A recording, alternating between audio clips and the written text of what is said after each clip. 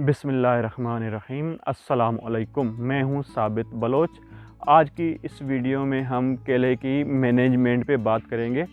पिछली दो वीडियोस में हम लैंड प्रिपरेशन यानी ज़मीन की तैयारी और सोइंग मेथड्स यानी काश्त के तरीक़ों पे बातचीत कर चुके हैं। आज के इस वीडियो में हम बात करेंगे कि केले के फसल की आबपाशी यानी वाटर मैनेजमेंट किस तरीके से की जाए। जिस तरह से पानी इंसान के लिए ज़िंदगी है, इसी तरह पानी ही फसलात के लिए भी ज़िंदगी है।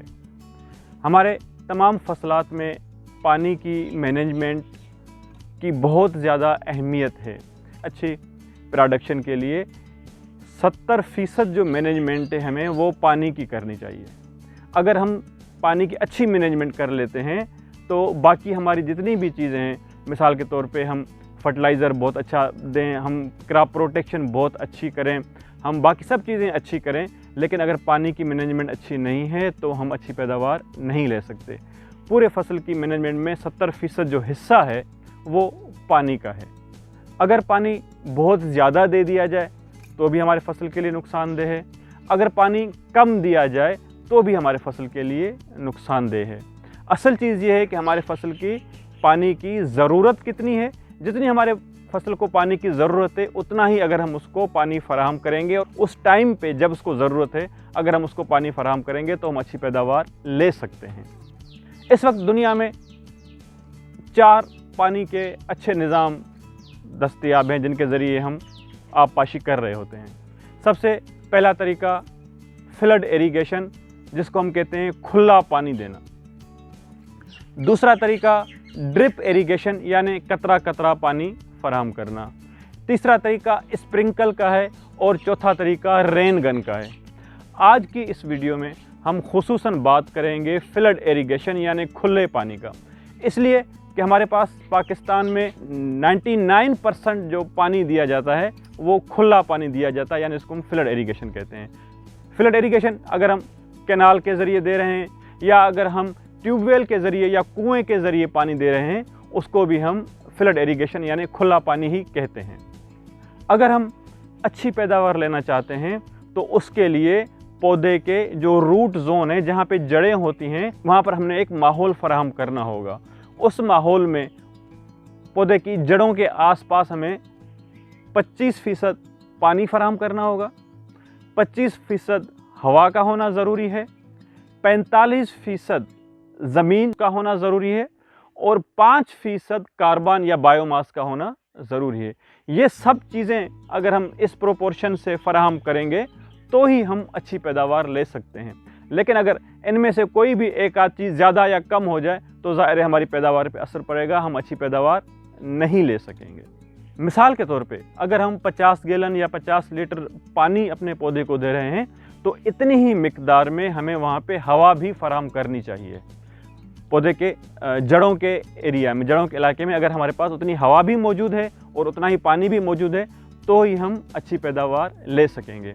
लेकिन जब हम फ्लड इरिगेशन करते हैं, खुला पानी दे रहे होते हैं, यानी अगर हम नका हमने खोल दिया और अपने पूरे एकड़ को लिए हमने पानी दे दिया, तो इस खुले पानी में पूरा हमारा एकड़, पूरी ज़मीन जो है वो पानी से भर जाती है, पौधे डूब रहे होते हैं। इस खुले पानी में जहाँ पे सारा पानी ही पानी होता है तो वहाँ पे हवा का वजूद नहीं होता। अगर हवा का वजूद नहीं होगा तो हमारा फसल अच्छी पैदावार नहीं दे पाएगा। अच्छी पैदावार क्यों नहीं देगा?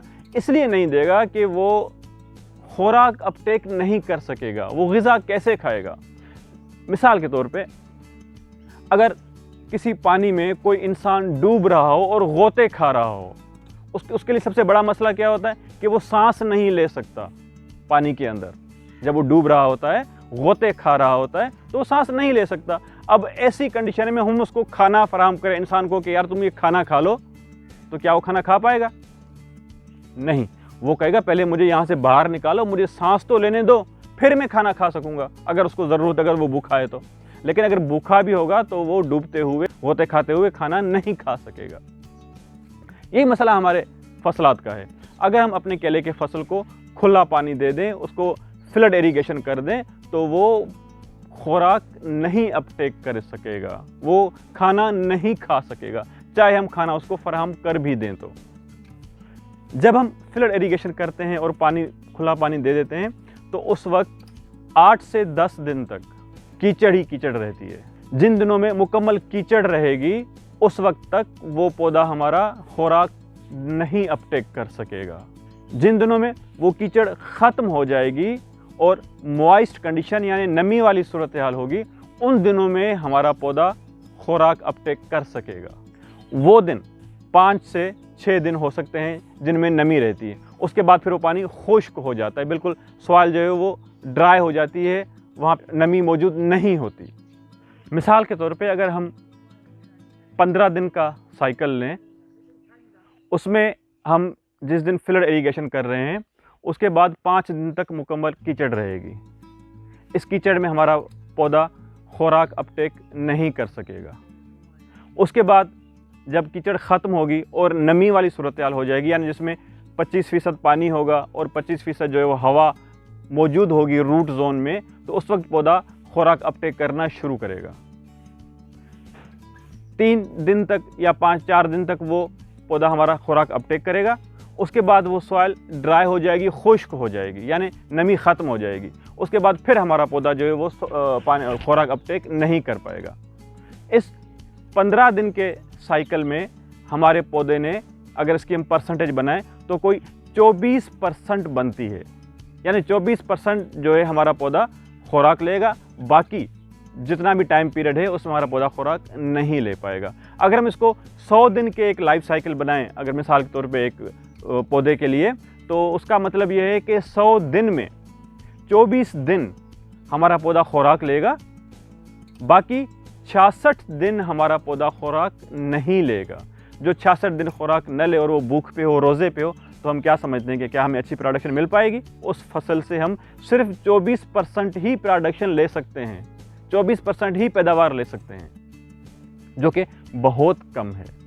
इसलिए हमें कोशिश करनी चाहिए कि हम अपने फसल को पानी उतना दें जितना उसको ज़रूरत हो और उतनी हम वहाँ पे हवा भी मुहैया कर सकें। हमने अपने पिछली वीडियो में काश्त की बात की थी, तो उसमें हमने बताया था कि हम बेड्स पे पौधा लगा सकते हैं या हम रिजिस पर यानी खेलियों पे पौधा लगा सकते हैं। इन दोनों सूरतों में हम पानी को मैनेज कर सकते हैं, खेलियों की सूरत में भी और बेड्स की सूरत में भी हमारा पानी मैनेज हो सकता है। हम 25% हवा और 25% पानी का बंदोबस्त कर सकते हैं। इसका तरीका यह है, एक तरफ से एक दिन हमने पौधे को पानी दिया एक नाली में और दूसरी नाली में हमने पानी नहीं दिया पहले वारे पे। उसके बाद जब हमारा दूसरा वारा आएगा तो जिस पहले नाली में हमने पानी दिया था उसको खुश्क रखेंगे और दूसरी नाली में हम पानी देंगे।